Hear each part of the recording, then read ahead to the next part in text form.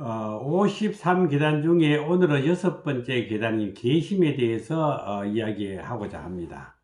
계심이라 하는 것은 계율을 말하는 것인데, 계율이라 하는 것은 무슨 말이냐 하면은 가야 될 자리인지 안 가야 될 자리인지 자기가 잘 알아서 처리하는 것을 말합니다. 우리는 자기가 잘못된 자리에 가서 엄청난 파멸을 맞이하는 사람들이 많습니다. 심지어 노름판에 간다든지 또 주식 투자를 한다든지 이런 사람들은 정말 정신 빠진 불쌍한 사람입니다. 절대로 주식이라든지 이런 거 해가지고 돈 버린 사람 없습니다. 아무리 또 5번 돈 버리도 한 번 또 날리면 다 날아갑니다. 결국은 주식 같은 거 한탕주의,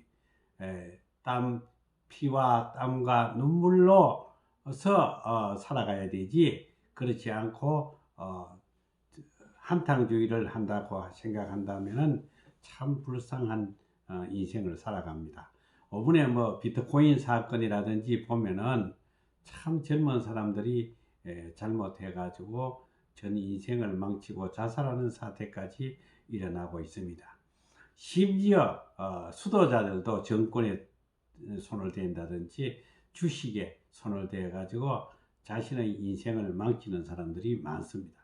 그런데 이상하게 이렇게 그런데 빠진 사람들 정신질환자들입니다. 아무리 이야기를 해도 이거는 이야기를 들어줄 수가 안 들어옵니다. 귀에서. 옛날에 보면은 사랑에 빠져가지고 사랑하는 사람을 못 만나고 한다면은 막 그래 오빠들이 막 머리를 빡빡 깎기 나도 수건 씌고 막 만나러 간다 하는 것과 똑같은 것입니다. 그런데 여기서 이제 우리는 자기의 정신적인 파멸을 가지고 오고 나면은 회복할 길이 없습니다. 술이나 마약 같은 거는 깰 수가 있겠지만은 이 주식이라든지 이런 데에 빠진 사람은 절대 회복이 될 수가 없습니다. 참 얼마나 불쌍한 사람들인지 모릅니다. 우리나라가 왜 이렇게 되었는지 참으로 안타까운 일입니다. 그런데 여러분들도 가야 될 계율을 지키라 하는 것이 아니고 신심이라든지 연심이라든지 정진심이라든지 또 정심이라든지 해심 5계단을 올라오게 되면은 6번째 계심이 계율이라고 판단하지 말고 자연적으로 행동이 겸손해지면서 또 함부로 경솔하게 움직이지 않는다는 것입니다. 초발심 자경문에도 볼 것 같으면은 새들이 빨리 날랐다가 앉았다가 하면은 그물에 걸릴 확률이 높다고 합니다. 항상 말이 많은 사람들도 실수를 많이 하게 되고 또 여기저기 왔다 갔다 하는 사람도 또 실수를 하게 되고 술을 먹게 되면 혼미한 마음으로 또 이상한 짓을 하게 되고 또 바람을 피운다든지 노름을 한다든지 주식을 한다든지 정권을 한다든지 이런 사람은 참으로 그 인생이 불행한 인생이라는 것을 알아야 됩니다. 제가 대학에 제자들이 제자 하나가 어디 다단계에 들어갔어요. 그래서 저보고 다단계에 옛날에 남산건강마을이라고 식품을 만들어서 제가 많은 보살들한테 공급을 했습니다. 지금부터 20년 전에 부산에 각 약국마다 제가 감기약을 만들어서 보급을 했습니다. 그래가지고 그때 당시에 제가 식품을 만들어가 제자의 말만 듣고 그 회사에 납품을 했는데 어떻게 하다가 보니까 빠져다니까 한 7억 정도를 납품을 했어요. 7억 정도 납품을 해가지고 돈을 다 띄게 됐는데 돈 띄는데도 국세청에서는 7천만 원을 세금을 내라고 날라왔더라고요. 그래서 내가 국세청에 가서 돈도 못 받았는데 어떻게 해서 이 돈을 내야 되느냐 물으니까 국세청에서는 돈 안 받고 바꾸는 스님의 사정이고 일단 물건을 만들어 납품했었고 상대가 세금 계산서를 이런 신고를 했기 때문에 내라 이래고 7천만 원 하고 그 7억짜리의 물건을 만들어 준다고 한 2억 정도 돈이 들어갔습니다. 인건비라든지 재료비라든지 뭐 이래 가지고 그 한 3억 돈을 갚는다고 제가 한 몇 년을 고생한 적이 있습니다. 이것이 바로 뭐냐?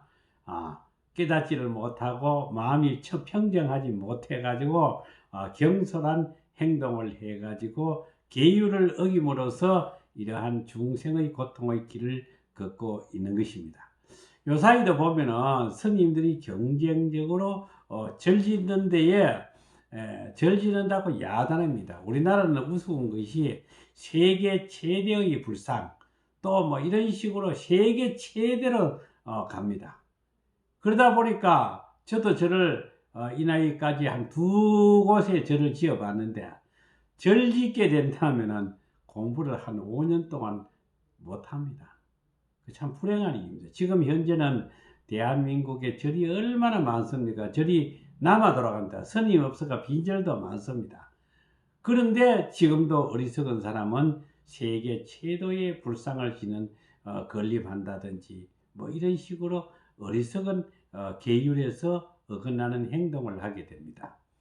그런데 여기서 성직자들이 이렇게 잘못된 길을 걸어가게 되면은 자기 자신 혼자만 그렇게 빠져들면 괜찮은데 눈먼 중생들도 같이 따라가다가 시각장애인이 안내해 주는 대로 길을 따라가다가 모두가 다 빠지는 현상이 많습니다. 지금 현재 큰 절에 가면은 우리가 옛날에 행자 때는 스님 되는 사람들이 참 많았고 행자들이 엄청나게 많았습니다. 근데 지금은 뭐 불국사라든지 해인사라든지 지키사 같은 데 가면은 스님 되고자 하는 행자들이 10명도 안 됩니다.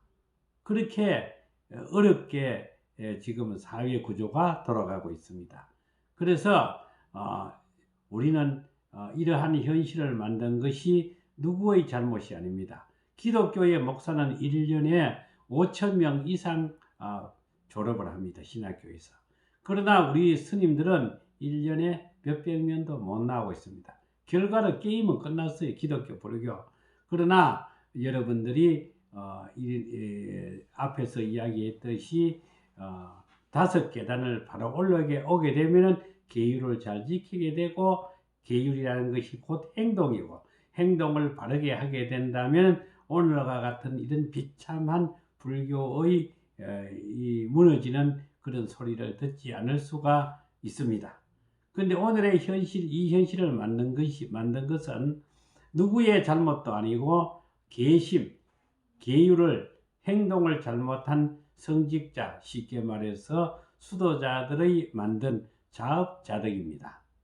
우리는 바로 올바른 불교를, 올바른 신앙관을, 올바른 해탈을, 올바른 자유인이 되기 위해서는 행동을 조심스럽게 하고 경박하고 경솔하고 남을 무시하고 교만하는 그런 행동을 버릴 때 그것이 바로 올바른 계심이라는 것을 인식하고 멋지게 자기 자신의 것으로 만들어 보도록 합시다.